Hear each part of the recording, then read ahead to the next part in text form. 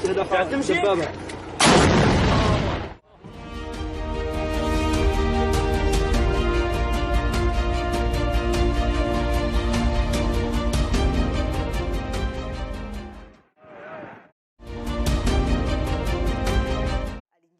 Wanini Kireri sits just 2 ranks away from the topmost seat in the Kenya Prison Service. She is the first woman to hold the position of Assistant Commissioner of Prisons and the first woman to hold the position of Commandant of the Prison Staff Training College in Kenya. She joined the Kenya Prison Service in 1982 and has been steadily rising through the ranks at the various prisons she has served.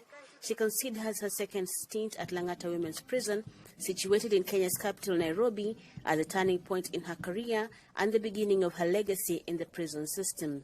I have seen my journey and what I have done, my impact in Kenya prisons, because I became a change agent, and it takes boldness. Wanini was the first officer in charge of Langata Women's Prison, where she allowed media cameras into the correctional facility and showed for the first time how female inmates and their babies were being treated. Then, the inmates were sleeping on the floor with limited or no access to basics like sanitary towels and diapers for their babies. Her desire to change the institution was also born out of what she had witnessed as a junior officer. I also didn't like a lot that was going on. I could see the mistreatment, but now as a very young officer and junior, because there is an officer in charge, there is little you could do about it. And if you became a bit kind to prisoners, it's like there is something that is not right with you. That kindness, she says, is what has helped her successfully navigate administration duties, even in Shimolatewa, a maximum security prison for men located in the coastal city of Mombasa. I did not go with that character of the boss. I went with that character of like a mother. As much as I'm an administrator, I went with the character of a mother. So I remember within 1 month, they were all very comfortable. And I would listen, and I realized it's just about listening. Peter Ouko is a former inmate and now founder of a non-governmental organization that focuses on social justice. He says it's a combination of respecting human rights laws in prison settings and Wanini's personal qualities that serves her well. You could see Wanini doing this, but she depended on the people below her. So she's a people person, she's a servant leader, and the leadership was not only amongst her staff, it was also amongst the inmates. So it was a holistic approach, and that's why the changes were effected very fast.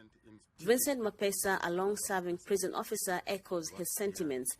He has worked under 7 male prison bosses before working with Wanini, and he says the prison is doing much better now.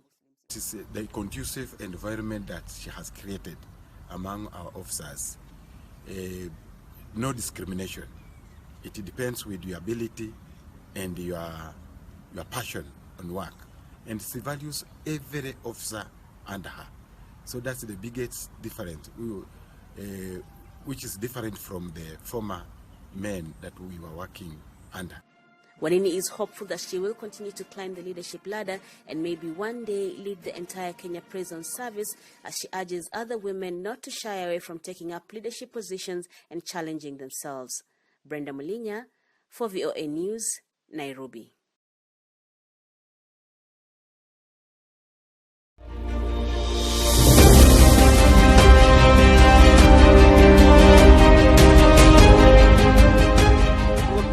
الإسلام سرايا المراقبين مستهدفة دبابة.